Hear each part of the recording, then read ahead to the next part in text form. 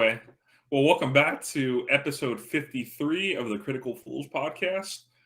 This week we will be reviewing a 2014 film, personally one of my favorite films possibly ever. This is a film directed by Damien Chazelle. It's Whiplash. And so back about, what was this, about 8 years ago now? Yeah, this is garnering a lot of buzz at during 2014. I remember you, Chris, had watched it pretty much right when it came out, and you were hyping it up. And I had seen part of it before, but not the full thing. And I recently rewatched this, so I was a big fan. I saw why you were hyping it up, and yeah, that's kind of why I chose this film. It touches on a lot of different themes that I thought were pretty interesting, and it was such a simple concept for a movie, but yet it was so powerful. But yeah, anyway, I wanted to kind of get your initial thoughts since, it's been so long since you had previously seen this film. I know you saw it in 2014 and you rewatched it recently. So what were your takeaways from this movie? Yeah, it's interesting is that how time kind of impacts your how you view a film. Because when I watched, you're right, I watched it around the time it came out. Because this was around the time I was just, I was still in college and I still like had a lot of not just free time, but like I was a big movie buff, so like I kept, I like watching a lot of the movies that get nominated for awards. I remember we watched Birdman around this time too. Yeah, that's another great meal. Anyways, I remember like, I'm not the music buff like you are, so like I was just really like it. Just first the trailer got me like drawn in, and then the whole film is really more like it's bigger than just the music. Yeah.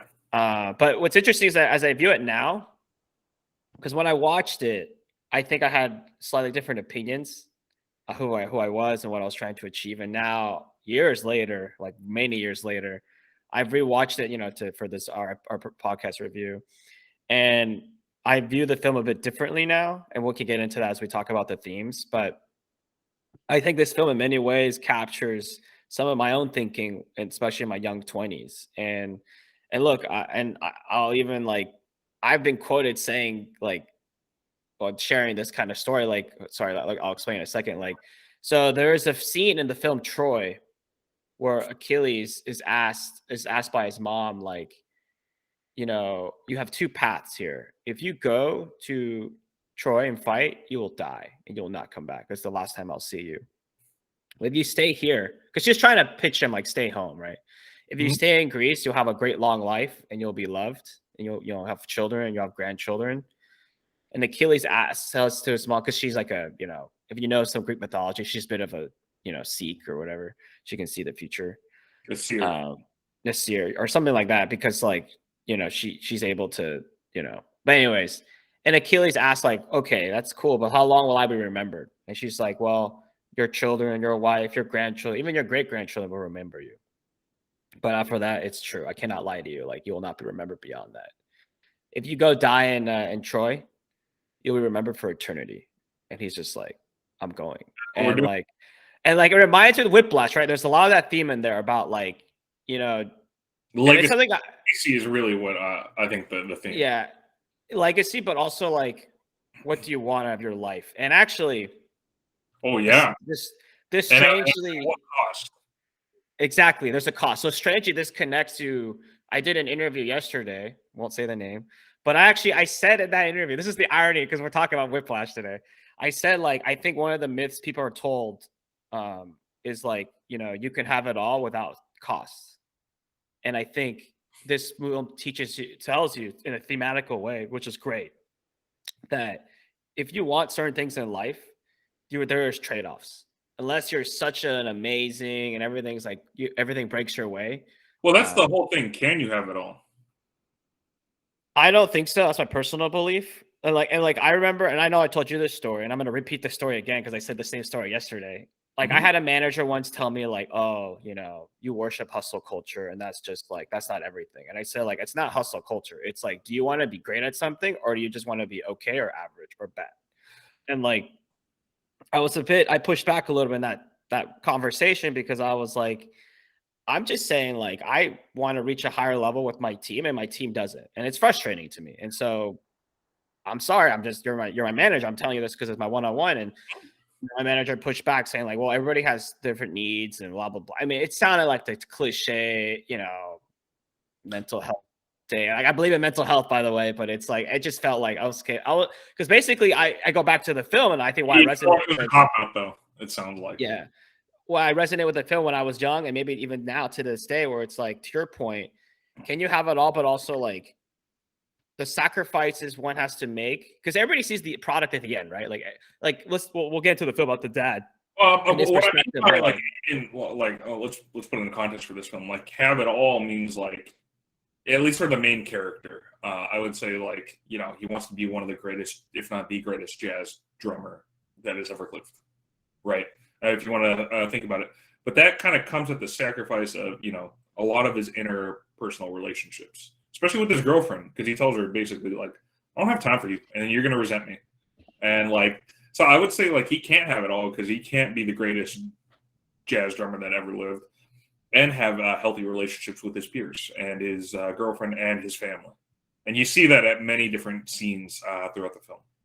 Yeah, I agree. I think it's partly the truth. Like, I want to wrap up with the quote that I like is that like I've never seen a model of greatness I personally admire that doesn't take like sacrifices, either like In some way.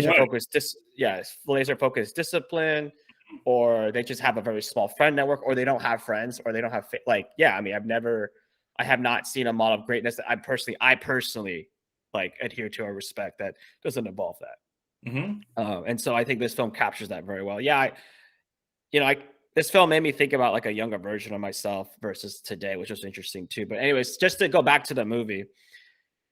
Yeah, I mean, what I also found really great about this film was obviously the performances. So it's a small cast, right? I think it's J.K. Simmons, performances. a young, what's his name? A young Mike Teller. Mike Teller, who is fantastic. Everybody knows him now, but at the time he was up and coming. Yeah, he's one of the new actors. Yeah. And to give the audience some background, because this plot is not like overly complicated. It's basically the story of a young aspiring drum player who is trying to be basically a legend in his craft. Yeah. And he recognizes that to be a legend in his craft, he has to be. That's the thing I think it's underrated in this movie too, is that like, he never really like he is shell shocked by the treatment he gets, but he never really like says this is like evil or like this is bullying. Like, he takes the tough coaching, as they would say. Mm-hmm. And even like we'll touch upon it later. Like, I'm curious to get your thoughts on the healthy dynamic of that kind of hard coaching, because we still see that in our culture today with like Bill Belichick and stuff like that. But like your take on that. But like he respects like getting, in a sense, bullied and pushed, because he believes that it's going to make it better. That it's going to make him better. And like the scenes where he's like practicing and he's bleeding, those are really great scenes too. But I want to get your take on the performances, on maybe that coaching philosophy, and then we could take it from there. I would say it kind of depends. I think that, at least when it comes to you trying to mold or mentor someone, everyone has different needs. So that type of style, while I wouldn't necessarily agree with it or want to be, pushed in that way, that definitely probably works for some people. So this is, I mean, you can apply not just this film, but, in sports as well, because it's kind of the same, because you're trying to be the most elite at whatever your craft is. But there's a lot of controversy with how, oh my gosh, I'm blanking on his name. Fantastic. Who's the Texas Tech head coach? Mike Leach. No. Basketball coach and at University of Indiana. Bob Knight. Thank you. Cool. Blanking on his name. It was Bob Knight. So for those of you who don't know, Bob Knight was just a brutal. He's a very successful basketball coach. Won an NCAA title at Indiana in the late 70s. Coached Coach K, who just retired at Duke. So he was his point guard while he was coaching at Army. And so he's got a huge coaching legacy, but he was brutal. He would yell, scream, like he was very much in the J.K. Simmons type of camp in terms of trying to mentor and mold people. And there was a couple points where he even threw chairs onto the court. Like, I don't know if you've ever seen his outburst, Chris, but some of the things were pretty wild. And so a lot of people were debating, is this really necessary? And that's sort of an age-old question because some people were a little calmer. You could say like Coach K, they're still successful and they were able to get – that's the whole thing. It's how do you get the most out of people to sort of push beyond those expectations of them. And that's sort of a debate that it's kind of just up to your person. And it's really hard to figure out exactly what inspires people to be able to get that level out of that extra level to push them to greatness. Yeah, I mean, my personal philosophy is that you need to have. This is why I remember watching the Alex Ferguson documentary and thinking like that's why he's like a legend, not because he was so good tactically, but he says it in the film where his main job is psychologist, right? Because you just said it. Like some players, they need to feel the fear of a father. Other players need a arm around their shoulder. Like they need to feel support. Well, that and was understanding Johnson too. Yeah. Understanding that dynamic is, I think, how you're able to be successful over a long term. Because, like, I think maybe it's one of those things, like you're kind of alluding to, that like if you only apply the Bobby Knight or J.K. Simmons approach, that's going to work for some people, and other people are going to feel like totally destroyed. But let's be honest. In our modern, you read about like the Cowboys, like '90s, teams, and how their coach was able to, like Michael Irvin, who you've talked about many times. He had a lot of problems when he was at like University of Miami, and then at the Cowboys. And Jimmy knew exactly what. And you can listen to Michael Irvin interviews. He said he knew exactly which buttons to push on me to be able to get the most out of me and what I needed at any given time. That takes a special person because most people wouldn't be able to do that. Yeah. That's just beyond coach. That's beyond psychology. That's just, it's being the absolute mentor that individual needs. Yeah. And and I'll touch on the Michael Irving. My final thought, like on my previous point, was like it's a special skill, and I was gonna say, like, you could be too harsh, and then like you alienate a lot of people, or and then if you're too positive, then you know how it is. Like you start accepting a bit of mediocrity because, like, people who get pumped up a lot, like they often, it's human nature not to be like, hey, I'm getting my coach is believing in me, but like my performance was pretty bad, like I have to. Like, not everybody has that self-awareness. Some do because they're self-critical, but others they kind of just listen to what the coach is saying. Let's if we're honest, right? Like we're in the corporate world now. We understand a lot of people just listen to the manager. Okay, he's not complaining. I'm doing okay, But yeah, I mean, to your point with Michael Irving, and yeah, great book. The Boys Will Be Boys. That's the title of the book. One could argue though, like morally though, like Jimmy Johnson, it's why he's Hall of Fame coach. He was able to push all the right buttons for the on-the-field performance, but he didn't do much coaching outside of that. Michael Irvin was very self-destructive off the field. We're not necessarily he tolerated a lot of his behavior. Yeah. I mean, look, I gotta say, like, I can respect a guy also that like is partying and maybe cheating on his wife, but then his first one in the gym. Like I can respect that, okay, but those are two separate.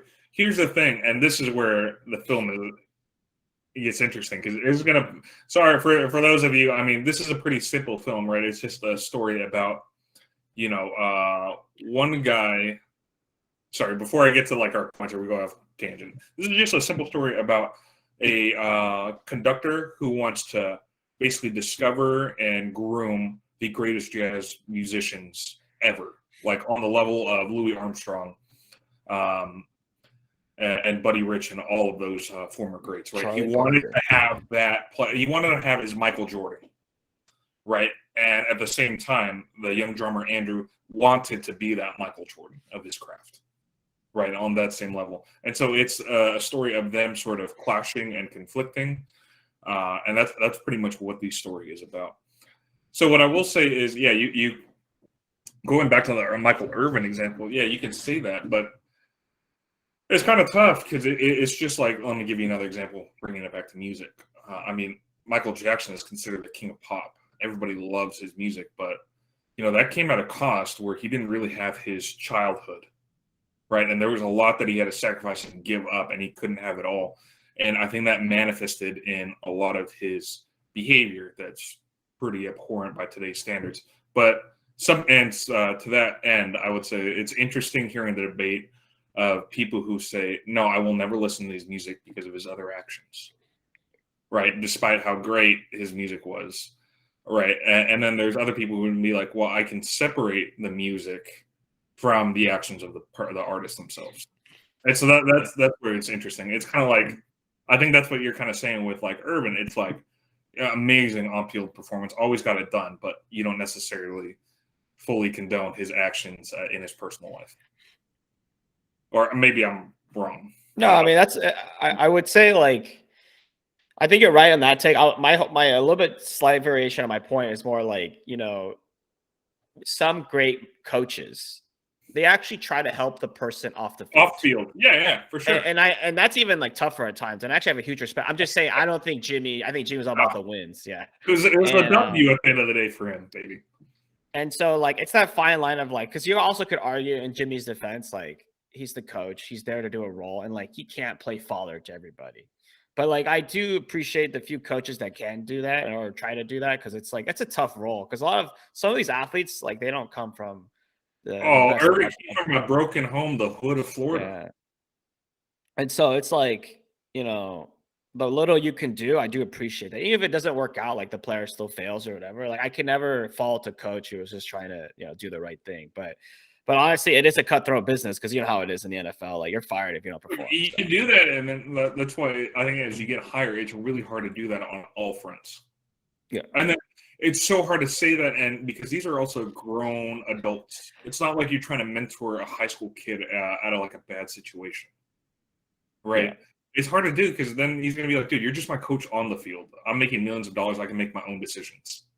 Like this it's hard to argue that point too. Yeah.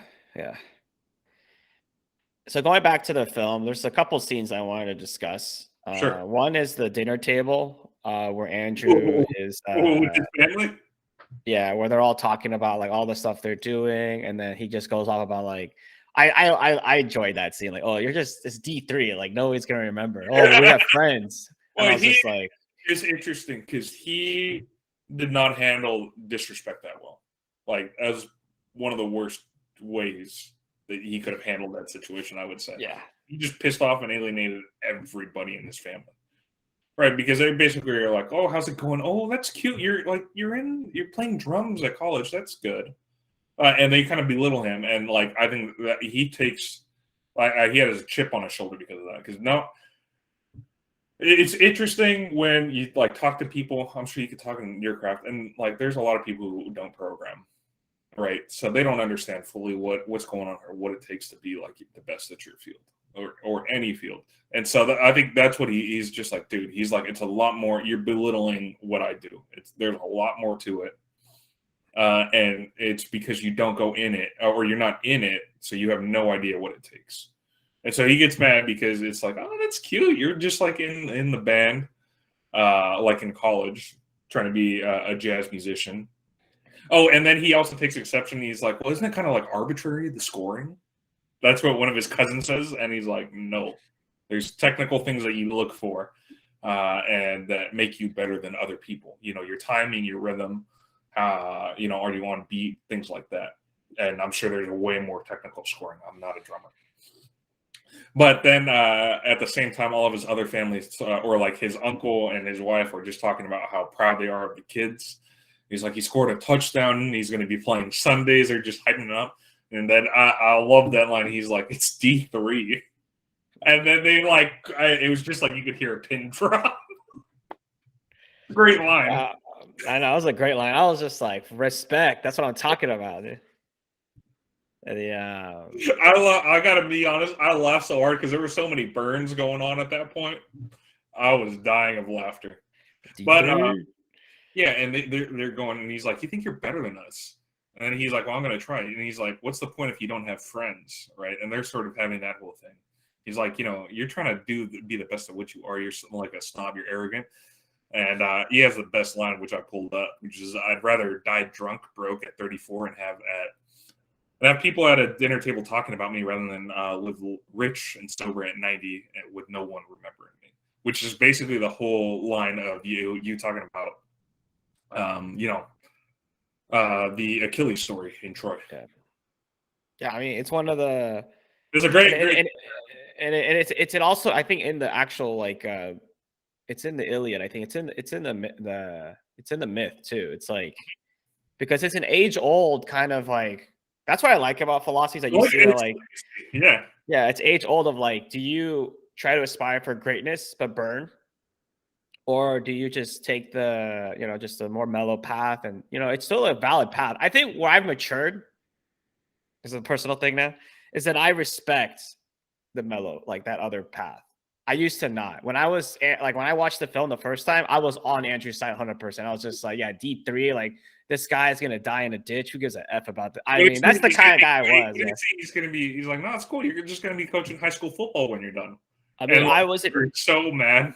I was in Andrew's corner when he, basically told the girlfriend like you're just a stepping stone and like I'll meet tons of other girls. I was just like, yeah, dude, like if you do achieve that greatness, you'll be the eye of the world, like. But as I've gotten older, I recognize that like that comes at a cost. That might not even be what brings you Is happiness, it worth it? but a part of me, I don't know. It's just I got that dog in me, so I have a hard time siding against my own personal philosophy. But I've definitely like Well, mellowed I don't down a know, little. but that's what I think you would agree that that philosophy doesn't necessarily work for everybody. No, it can't because it's Some people there like, is there is a mental toll to that, and there is a cost, a valid cost. yeah, no, I agree with you. But yeah, it was an interesting question. I mean, this is something that's brought up, but it was a great sequence. Yes, it's a great It was scene. very, very well done. I would agree with you. I mean, he's even undermined by his father until he sees him perform at his peak. And then he's like, I'm curious what you think of that scene later, but another scene I wanted to talk about was like all the scenes involving the girlfriend or in the ex-girl, I guess eventually ex-girlfriend. Like I like how That scene where he calls her, he hits her up later on. Oh, that was brutal. that was brutal. Yeah, I don't know if my boyfriend is into to jazz like that. You're like, oh, you feel bad for the homie. Not really. I thought he was being a moron. I was just like, yo, It's still like, oh, it was so cringe. It hurt. to give credit to the film though, I think that scene was in there to show like the conflict within Well, him about that. I think he had a feeling he kind of made a mistake. He didn't Yeah, handle things the way he probably should. Like looking back, he didn't handle things the way he should have. exactly. I actually don't think his argument was wrong, but he could have done it better It because was he a was terrible neglecting scene. her. He was neglecting her. He was neglecting her for his But work. he did it in a horrible way.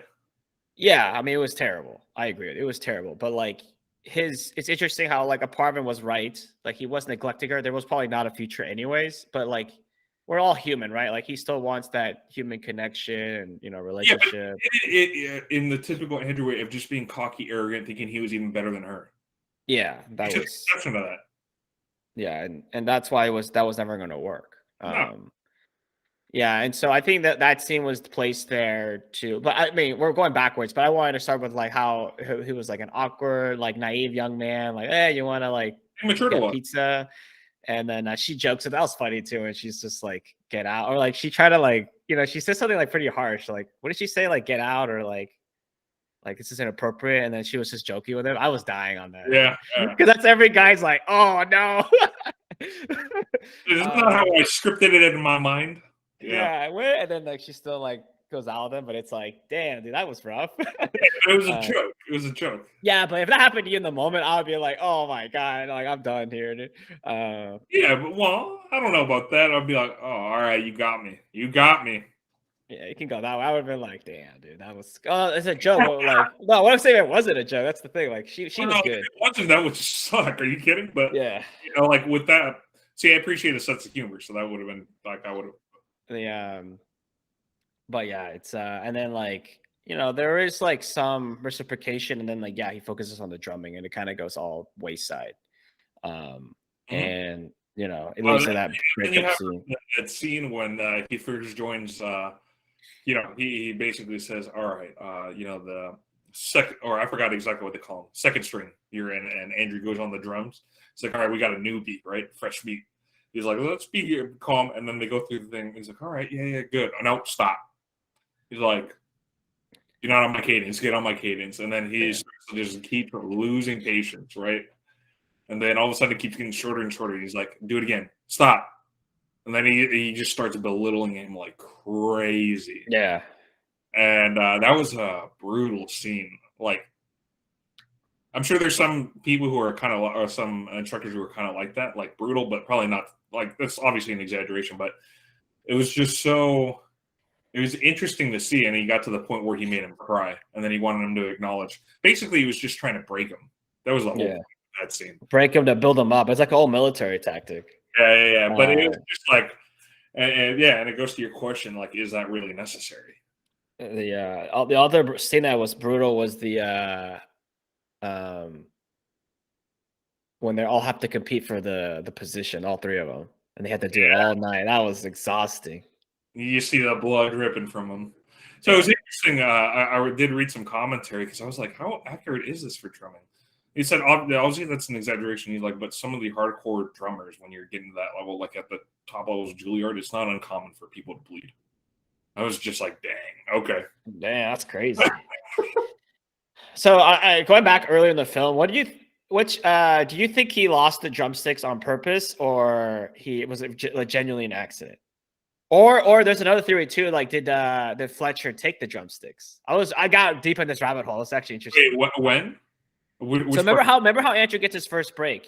It's because the guy that was the drummer, he loses his drumsticks, right? Remember Fletcher says, "Hey, if you lose your stuff."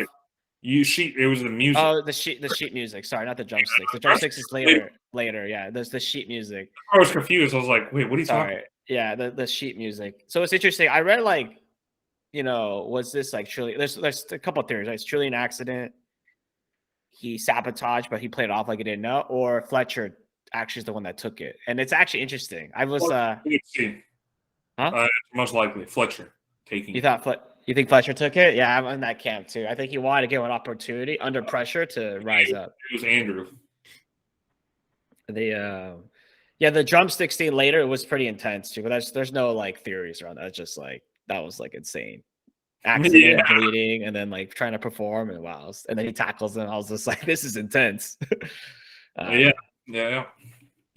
Are there any other scenes that really stick out to you that you want to address or talk about? Yeah, towards the end, yeah, but yeah, I had not thought about the sheet music until I went down. So going back to the sheet music, I went down the rabbit hole of like, oh yeah, because I had just assumed like, oh, maybe the janitor took it, but then I read like all these other theories, and I was just like, oh, this is actually pretty interesting. Yeah, maybe Fletcher did take it to show like the first viewing, I did not have that thought. That's what I wanted to bring it up. So, I guess before we get into any like of the last, like I think the last third is really intense in this movie. But what did you think of the relationship between Andrew and his father? It was interesting because I think his father just didn't understand why he wanted to go this route. I think he wanted him to have a different career path, one that wasn't. Because I think that it's pretty valid because if you go into the arts, it's more uncertain. Right, of your success of your career. There's so many people trying to get to the top in like the arts or in sports, right? That your future's not certain. There's tons of people who don't make it, and you end up pretty financially like unstable. So I think his dad was like, why would you want to sacrifice and do all this? And even if you try your best, you're probably not going to make it. Like, you have other opportunities. And so his dad kind of belittled his ambitions a little bit. Yeah, in the craft of what he loves. And then I guess, what did you make of? Did you have any other points you wanted to make from their relationship? No, I agree for the most part, actually. I just want to tie up my follow-up question, which is, what did you think of his last scene, looking through the door and seeing his son play? I think at that point he understood. He understood the talent. He understood why his son was driven to this point for his passion. I agree as well. Trying to Because convey. the other interpretation I've read is that, like, so that's one, and that's, I think, the more popular one. The other one is that he recognizes that he's lost his son to his his his intellectual father, which is the Fletcher. But I'm not. I agree with you. I thought I was more in the other camp. I was like, no, he finally recognizes that his son is actually He's good gonna. and really good. I think he was content too because he realized he's gonna make it. Yeah. The only And that other scene, sorry, go ahead. the scene that was arguably my favorite of the entire film is when they meet up at the bar. I was going to bring up that one. Go ahead. Fire. So for context, what ends up happening is they're both out of the school. What ends up happening is there's a lawsuit. Andrew testifies because it was like sort of like cruel and unusual punishment, if you will, of him pushing him to like crazy bounds. So Andrew gets kicked out of school for tackling Fletcher at a concert, and then later on, Andrew testifies against Fletcher, so he gets kicked out. And then Andrew happens. What? You should clarify, because one of the reason he's able to testify, we should talk about before you jump in here. Is you can explain the student that Fletcher says, like, oh, he had an accident. I want to make sure that I don't fully screw up telling this part. No, you had it right. You're just missing that he testified with that student, because he said something earlier that you brought up, which I didn't catch, about like sort of an inspiration of the Charlie Parker. Yeah. You want to bring it in for context? I just want to make sure I don't mess it up. Yeah. So Charlie Parker is, I guess, I'm not a jazz guru, but I did read it. Like, both times I've seen the film, I read about him. He's considered like one of the great soloist saxophonist guys, and like that's why he's referenced a lot in this film, because he's the archetype for the musician that Fletcher wants. But Fletcher has a student that he really like cared for. You thought he later, yeah, and then he learns on the phone that like he passed away. He said he had an accident. I don't forget what he said in the first time we hear about it. He says he had an accident or something. But then later it's revealed by the I'm gonna say attorney or the family that he actually committed suicide because he was depressed and had anxiety, and they believe it's because of his treatment by Fletcher, which again, we don't know if it was or he probably exasperated, but who knows, right? And so, like, I'll let you finish, but like I'll leave you right where you're leaving off. Is that Andrew is asked to testify? You know, his dad, I guess, is approached, and Andrew is kind of like, why? Like, he doesn't really want to. Like, that's the vibe he gives. Yeah, but at the end, you know, he's kind of coercing. Well, yeah, but go ahead from there. You don't have to, but regardless, I mean, the whole point with this is they're both no longer part of that institution, right? The music school or the conservatory.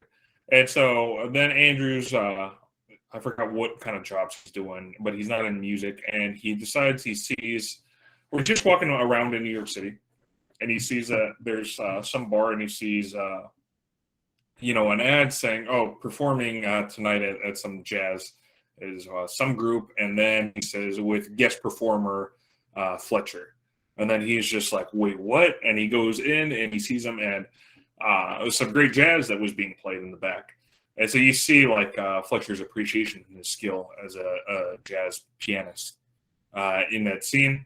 And he's enjoying it, and then they end, and Fletcher happens to see Andrew in the back, and he's like, let's hang out for a little bit, talk. And then they sort of talk about, what happened, what went on, and sort of what the Terrence Fletcher's teaching philosophy was. And I thought it was interesting, his quote, because it might have been the best dialogue of the movie to me, where Fletcher says, "I was there to push people beyond what's expected of them. I believe that's absolutely necessary. There are no two words in the English language more harmful than good job." And I was just like, dang. And he goes on saying, but do you or like, I think Andrew gave him a little pushback, and I don't remember the exact quote. And he's like, yeah, but do you think by like your metrics, you would have dissuaded one of the greats from joining you? And Fletcher's like, absolutely not. And he's like, if you were dissuaded by my methods, then you were never going to be great, no matter what. And it was an interesting question, right? When Well, when you're because I've heard several other people sort of express this. And Atlanta did a good job of bringing this up, which is shout out to Donald Glover. I know we talk about him a lot when we bring up sort of our points, but he had an episode in the second season. It was with Teddy Perkins, which was supposed to be sort of a play on Michael Jackson's character. I talked about him before, but it begs the question: would because in his youth, Michael Jackson was pretty abused. He was pushed to insane degrees. He was performing in nightclubs in Gary, Indiana, when he was like 12. Would he have reached that level of success, of that level of great music, if he didn't undergo the cruelty and some of the like harsh treatment that his father pushed him when he was younger? And when I like that was basically like what Fletcher was saying, and I was like, dang. It begs the question, right? It's like, do you need some of that brutal treatment for you to push you to that greatness? I'm not sure. It's Yeah, hard I mean, to I say. have a little slight variation on Fletcher's Go ahead. take. Is that also one way I that was the first interpretation I had as well, but also I had another interpretation saying like, let's say you didn't like how Fletcher went about it, but you still want that goal. You tell him, you know what, F you, I'm gonna do it my way. Like I thought he was also hinting that like if you don't like me pushing you, that you would be so driven that you Sure. would push him out of the way and you would still reach those heights, you know? Which he kind of did at the end, Andrew. Yeah. I agree with that, but I think there was some of it just brings more like real world examples, Yeah. too, of like other artists that they've reached greatness, but at insane cost. Exactly. You know, your hypothetical is tough, right? Because we can't run the experiments. You can't, and that's what makes Yeah. it weird, and that's what Atlanta tried to probe. And that's what was also a fantastic episode too. As much as I know that character creeped you out, but that was part of the aesthetic. But yeah, that character really creeped me out, man. I'm sorry. Like I have a high tolerance for things. I was really creeped out by the character.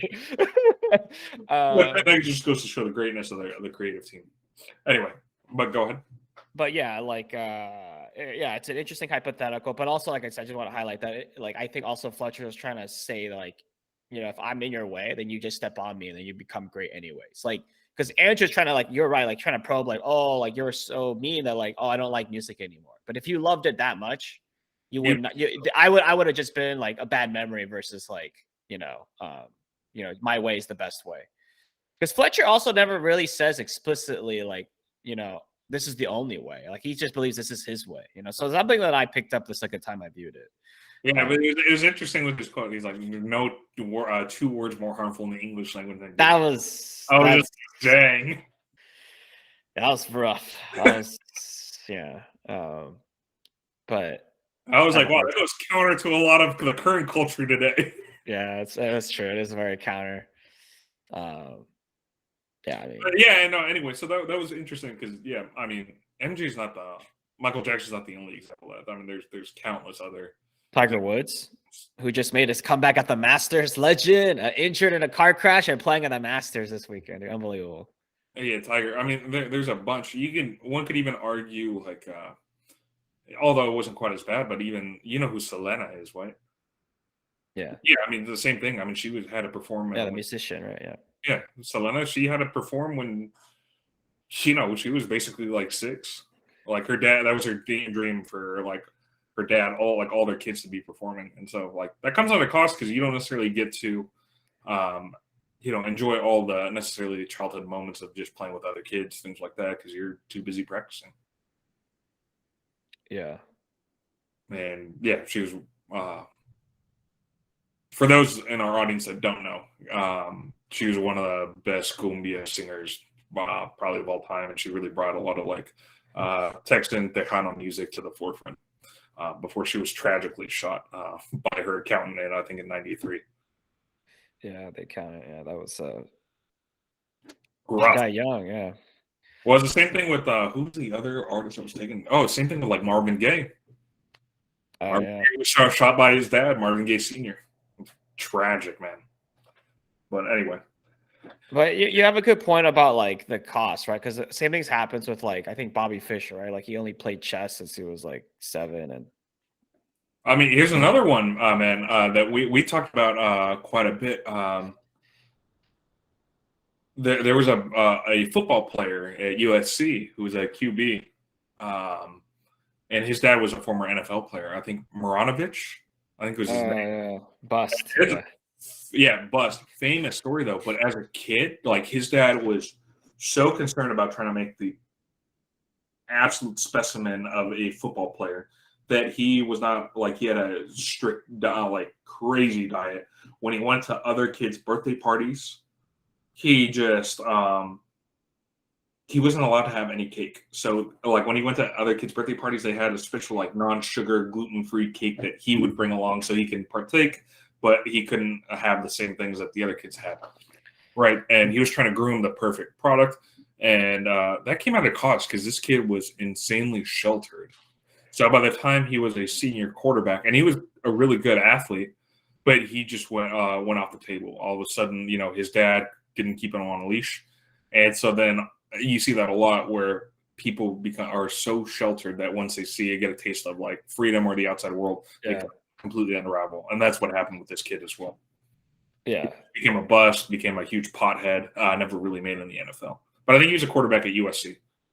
He was, yeah, he was. There's a ESPN 30 for 30, I believe, on him. But like, I think there's also a movie that came out this cycle about the Williams sisters, and well, that's what Will Smith won Best Actor for.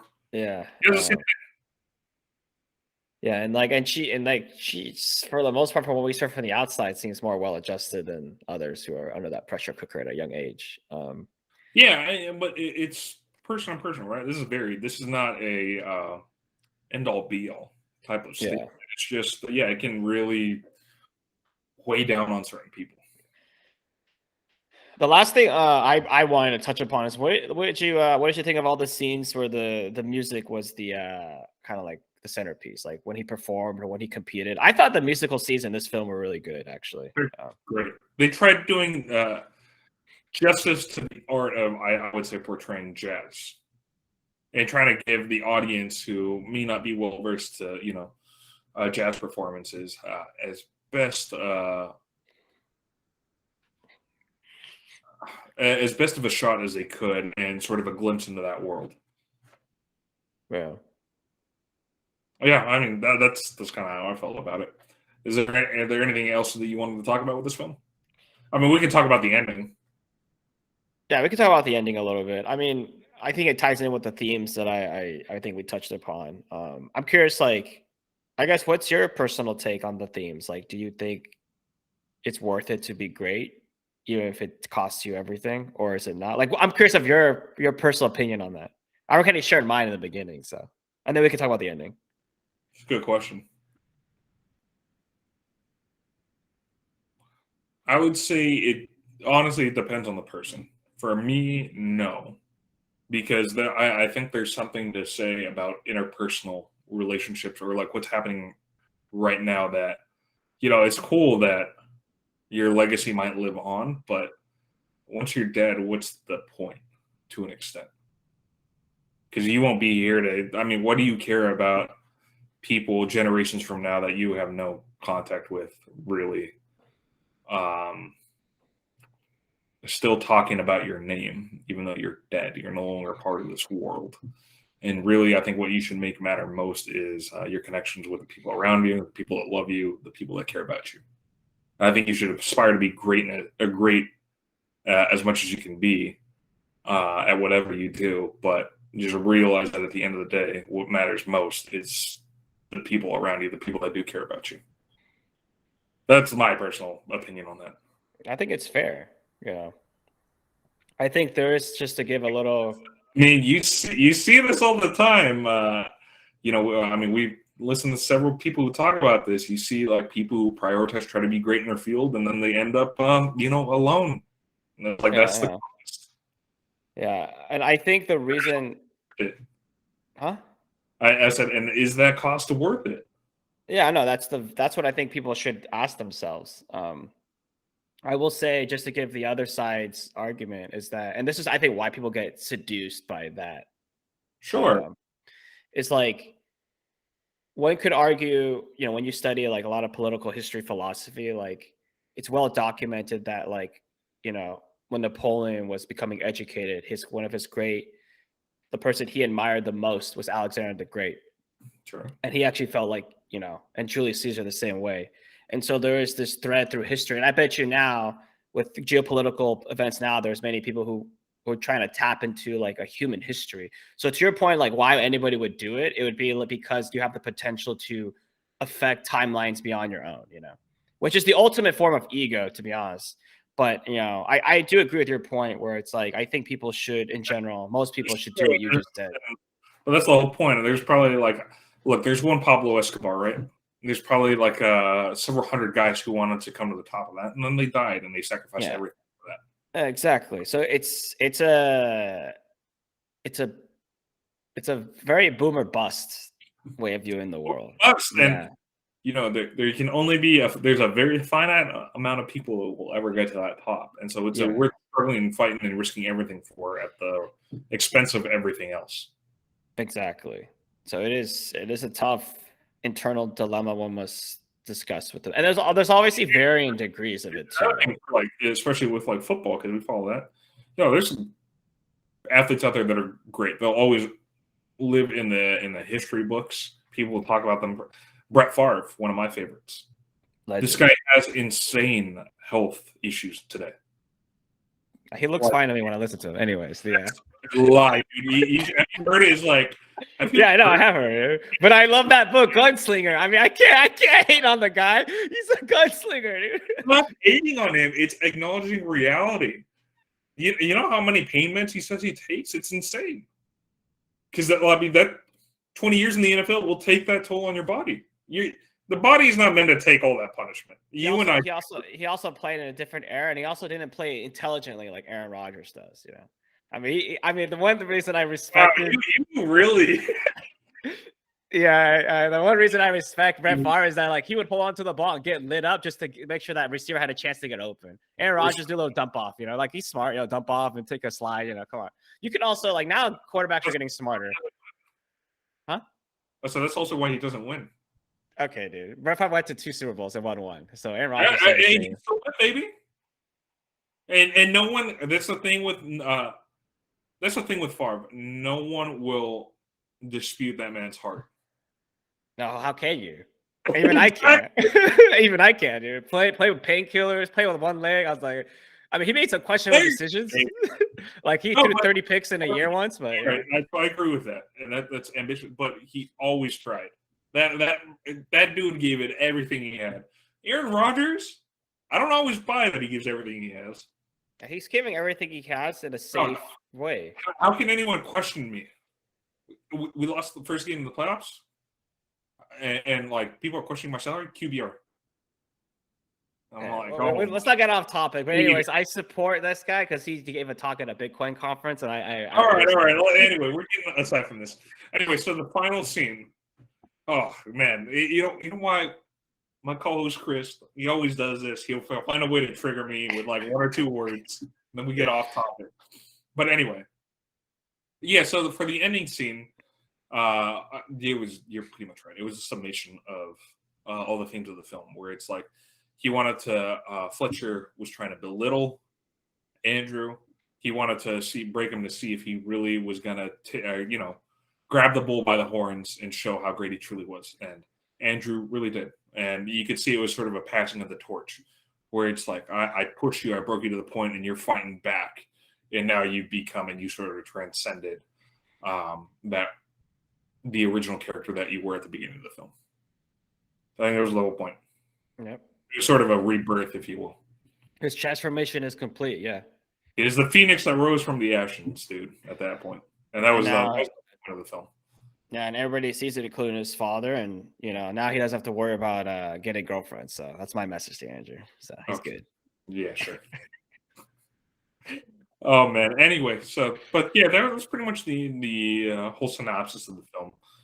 You want to get into ratings? Sure, I'll go first since it's your pick. Yeah, I thought the performance of this film was great. Testament to the film that I still can resonate with it 8 years later. In a different way, but I still can. The music is great. Also, I forgot that I learned a bit of jazz because of this film when I first watched it, and it was the same thing too. Because I don't listen to jazz, and now I'm curious about going to some jazz clubs now in New York. So Who is it? Coleman Hughes apparently performs jazz at some Manhattan club. You can go watch him. Oh, really? Yeah. That's interesting. Like how you would know that. Yeah. Anyway, go ahead. And I thought this was definitely a coming out party for Miles Teller. All right, that's his name.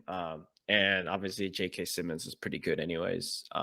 Little Yeah. small fact: the actor that plays the dad is actually Paul Reisner, and actually I over COVID I finished watching his legendary show Mad About You, so it was interesting.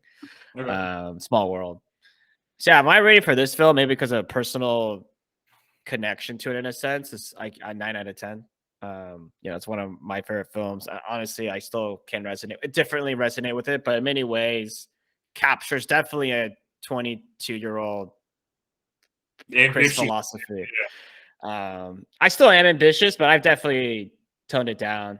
Prioritized a little bit or reprioritized.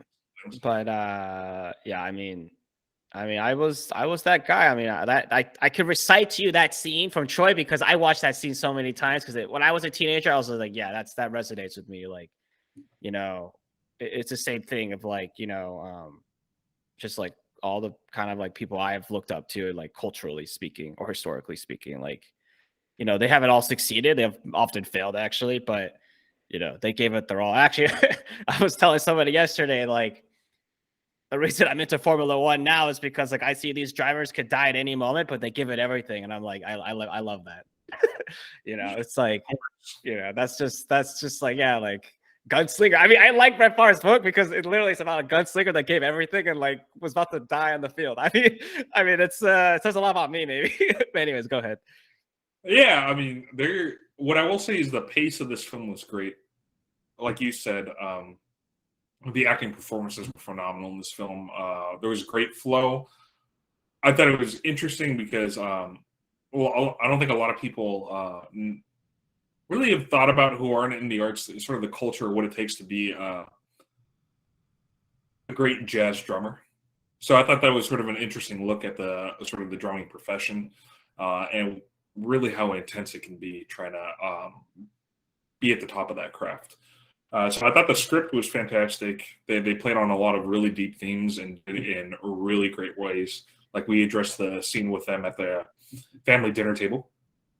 There were so many memorable moments of this film, and there was nothing that I really picked out that was negative in this movie. I thought it was overall. I thought it was a great film. I don't really have anything else much to say about this film, and I gave it a 9.5.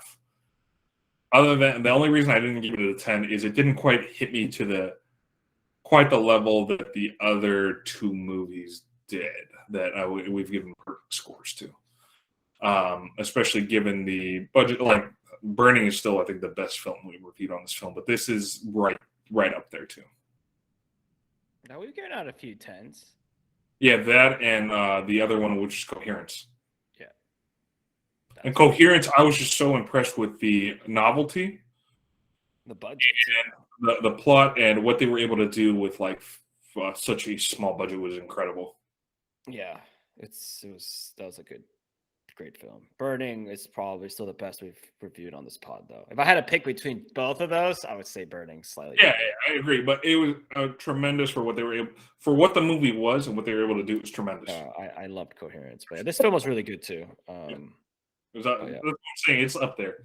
This is 1A. This is like 1A, lowercase.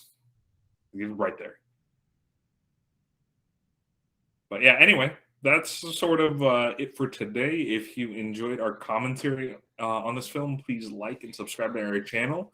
And yeah, let us know if you have any movie recommendations for films that we should check out. But yeah, until next time, and we're out.